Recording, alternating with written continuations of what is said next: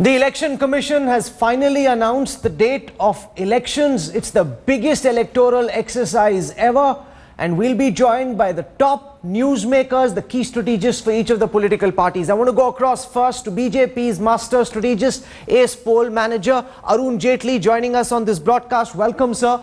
The dates for elections have finally been announced. This baby has been in labor for a long time, but now we finally know the date of delivery. I want to ask you at the beginning, Mr. Jaitley, is Mission 272 just a mantra to build up the morale of the BJP cadre? Or do you believe that your party for the first time is actually poised to achieve more than a simple majority, sir?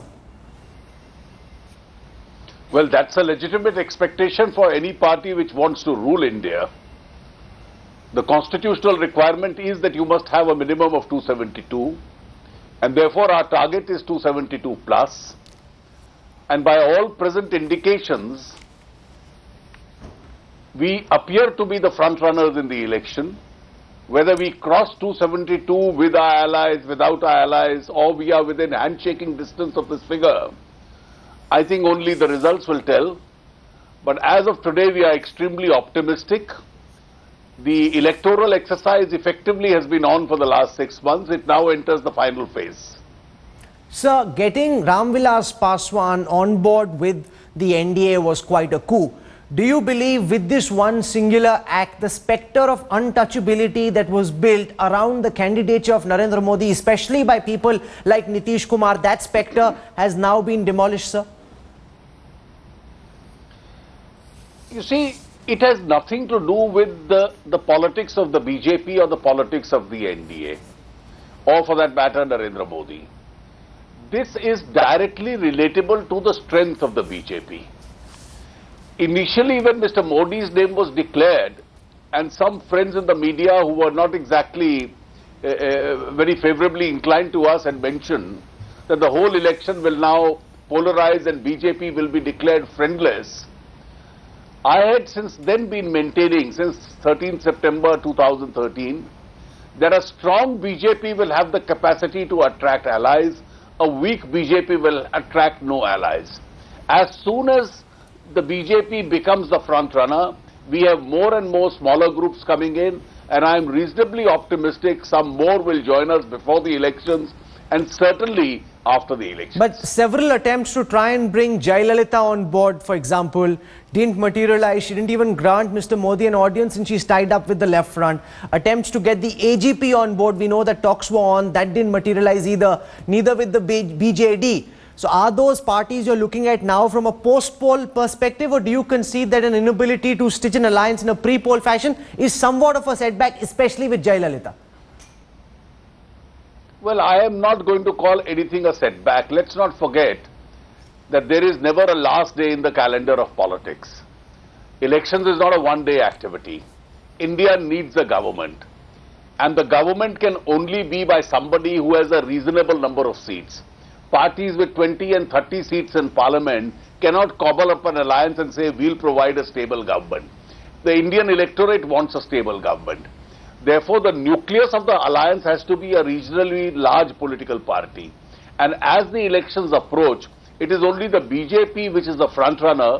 Your nearest rival may be less than 100 seats, and then you will have an alliance of smaller groups. What will groups which are traditionally non-Congress in their states, which occupy the non-Congress space in their states, do under these circumstances? For them to join with the Congress is to completely destroy their own non-Congress constituency within their state. Therefore, at some stage, a large number of them have to come around. Indian politics is really between two major political parties and their allies. That's the BJP and the Congress.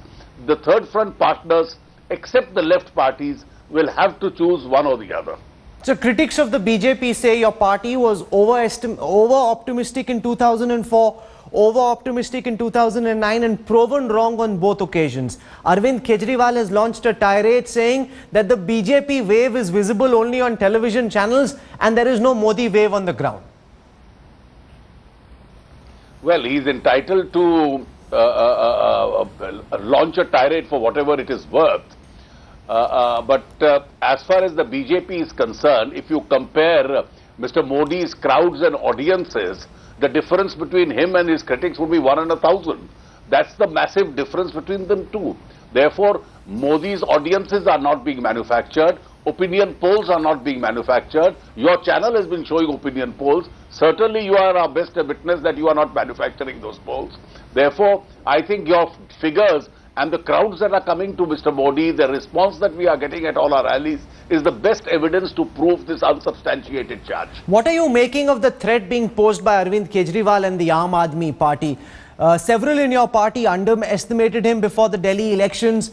How much of a threat, Mr. Jaitley, do you perceive Arvind Kejriwal to be to Narendra Modi's prime ministerial ambitions, and where you end up in the end? Do you think he'll act as a vote cutter for the BJP? Well, I don't know who he a spoiler for. Is he a bigger spoiler for the Congress or is for us? But as far as we are concerned, we don't consider him as a threat. He is one more participant in the game, and therefore he is playing the game as per his own strategy. We are willing to live with it. Narendra Modi is literally now being challenged by Arvind Kejriwal to come and contest from Varanasi.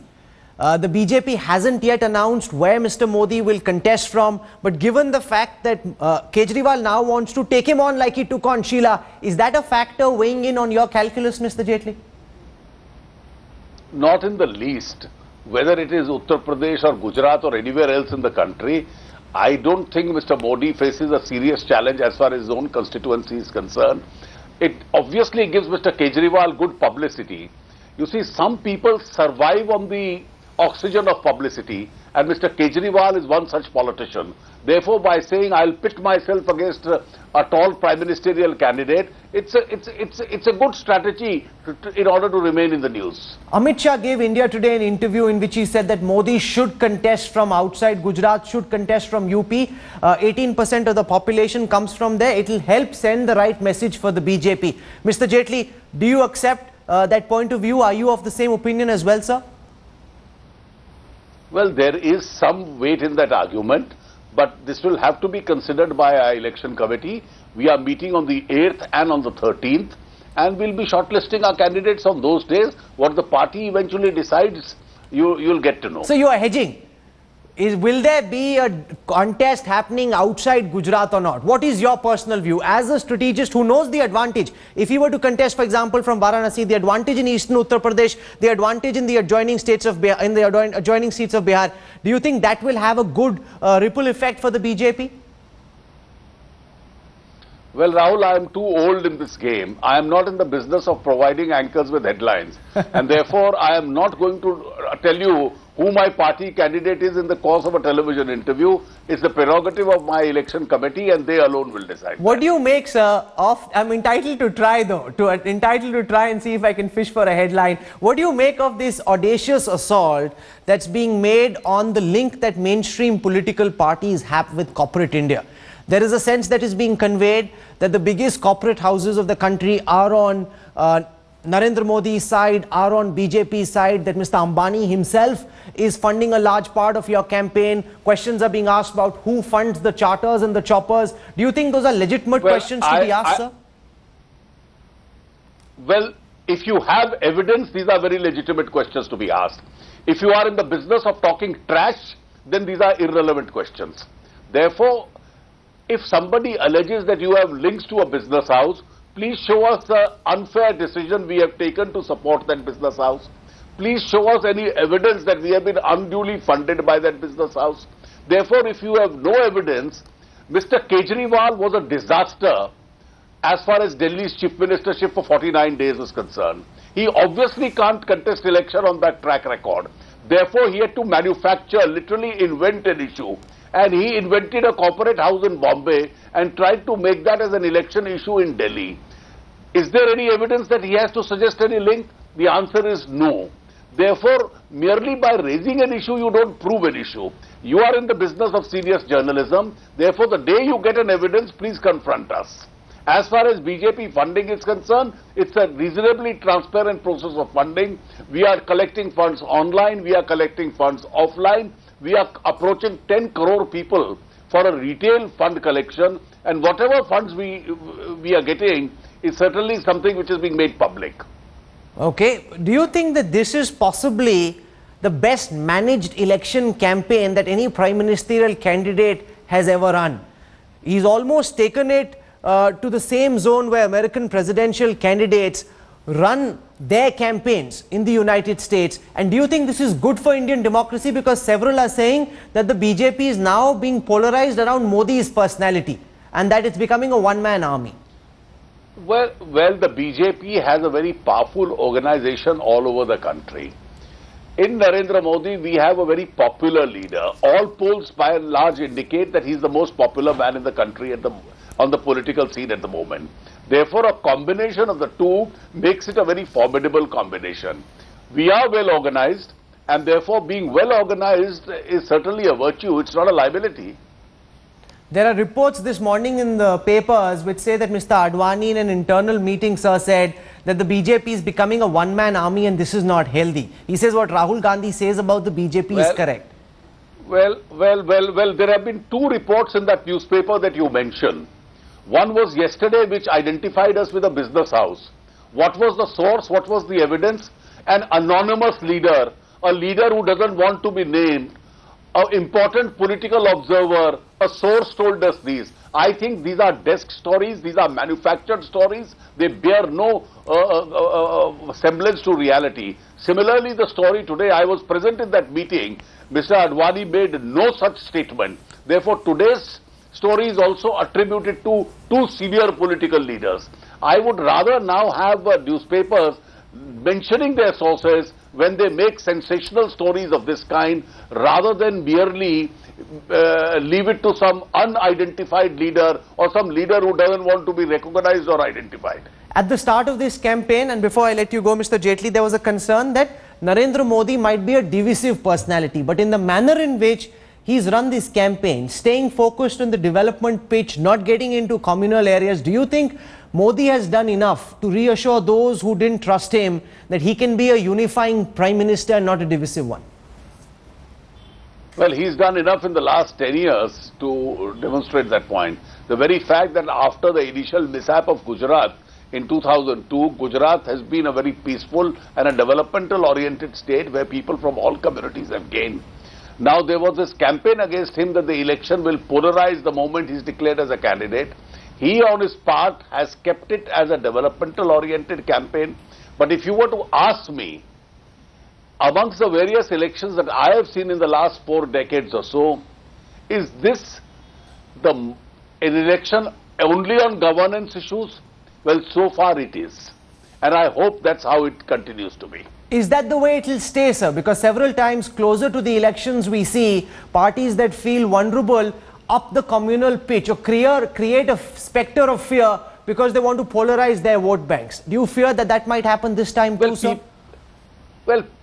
People may try and do that, but I think responsible politics requires that we stay clear of that, and let's have an election which is only on governance issues so that we can really fulfill the aspirations of the people. You have a huge aspirational voter in front of you, and I think that's the vote we are trying to address. We've spoken about Mr. Kejriwal. What are you making of the way Rahul Gandhi and the Congress are running the UPA's campaign for 2014? It seems to be mostly out of the mind space. Do you think the Congress is heading for its lowest tally ever, sir? Well, they probably could get the lowest tally ever. They don't have a big message. They have attractive slogans in terms of language which have no bearance to the, which has no close proximity to the reality. Therefore, if you have a visibility without having a clear message, I don't think you are likely to score very high. Sir, do you think there's a possibility that there be a Modi versus Rahul Gandhi prime ministerial debate? It would be very fascinating for people to see both leaders come face to face and square off on the important issues of the day, sir. Well, if there was such a practice in India, it will be a very welcome phenomena. But unfortunately, there is no such practice in India as yet. And I don't see a realistic possibility how much I may like it of such a thing happening in near future. Before I go, you've spoken in the past about the Prime Minister and all the important leaders from the government preferably being elected leaders instead of coming in through the Rajya Sabha door. Does that mean that Mr. Jaitley has decided which seat he wants to contest from? Will you be also jumping headlong into the hurly-burly of electoral politics, Mr. Jaitley?